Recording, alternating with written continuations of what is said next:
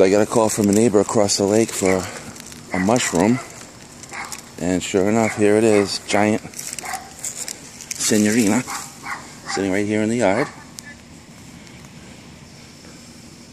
You can see it compared to the size of my hand.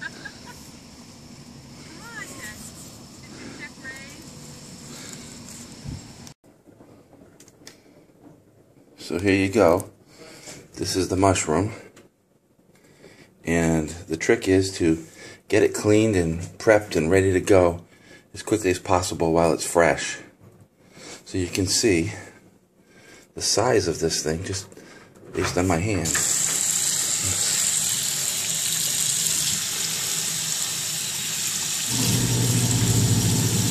just going to rinse off all of the dirt and the grass.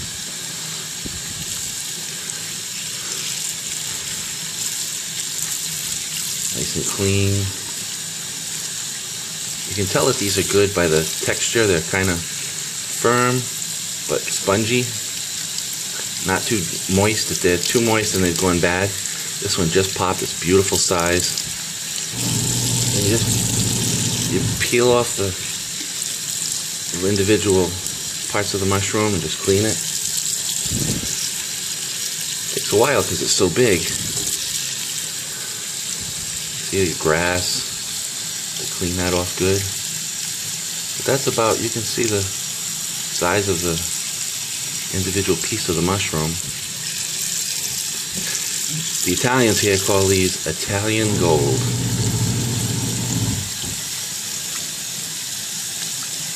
They sell for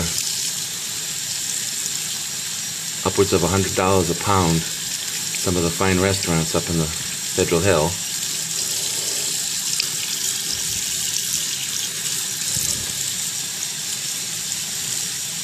I imagine this is probably a 3 or 4 pounder.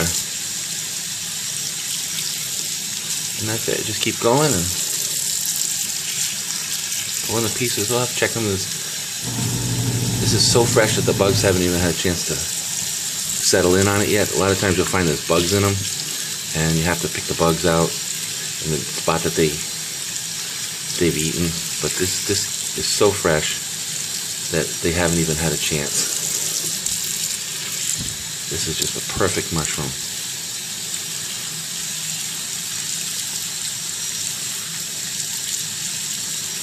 Just beautiful.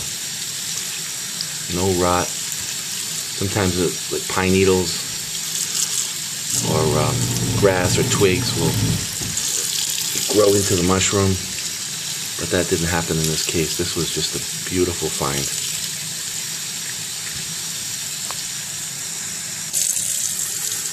Continuing on, this is definitely not a fast project.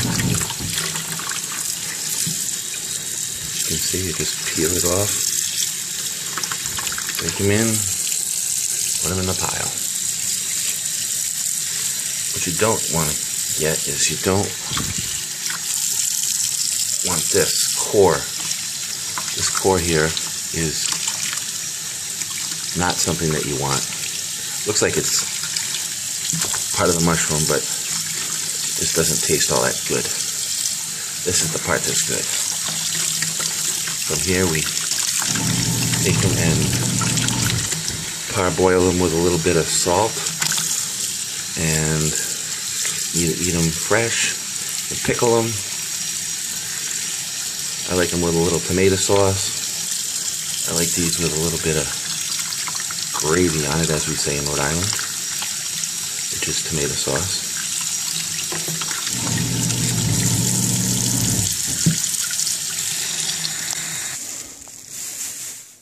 So here you have it. That's what's left, and that's the good stuff.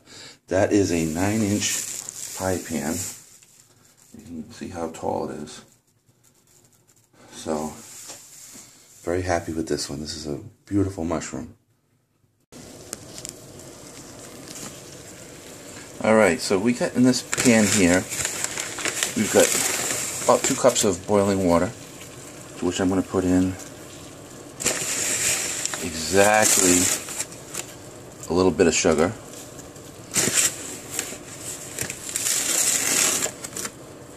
These measurements are precise and exact.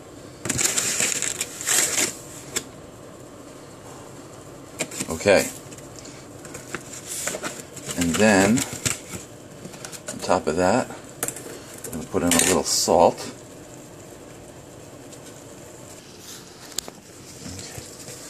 Okay. So now we're going to put in a little salt. And that's about it right there. Yeah, maybe a little more. Good. And we stir that up.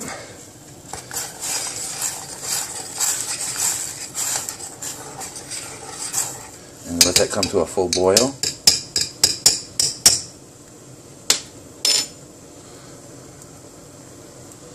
Meanwhile, I've put my canning jars in a water bath, boiled them to sterilize them, and now they're sitting in the oven at 300 degrees to keep them sterile.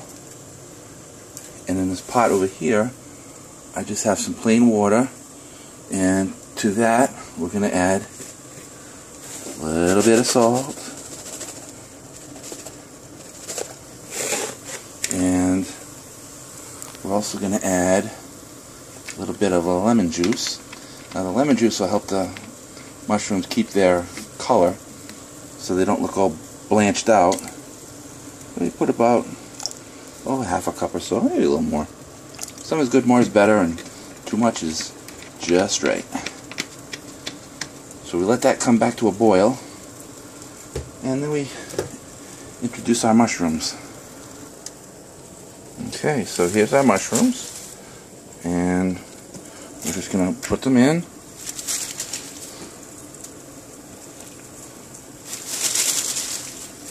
And these are the ones that are all cleaned and grass taken off of them, and the mud and sticks and whatever other debris. These are wild mushrooms.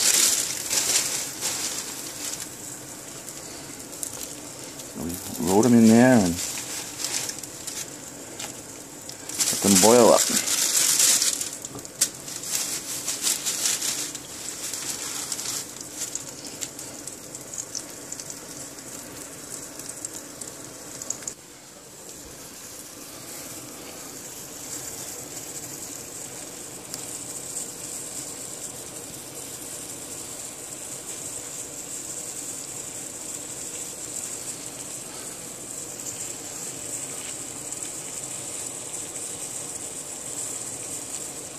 Okay, while the mushrooms here are reboiling, we're going to add into our boiling water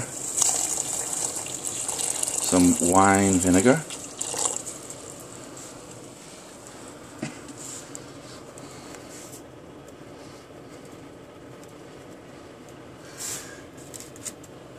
And we're going to let that come back to a boil again.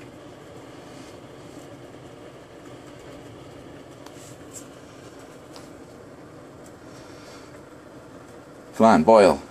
What do they say about a watch pot? I bet you if I turn my back it'll boil like crazy. Okay, so I just took the mason jars out of the oven, and they are nice 350 degrees hot. So we're going to prepare them for the mushrooms, which are right now boiling very nicely. So let's get prepared.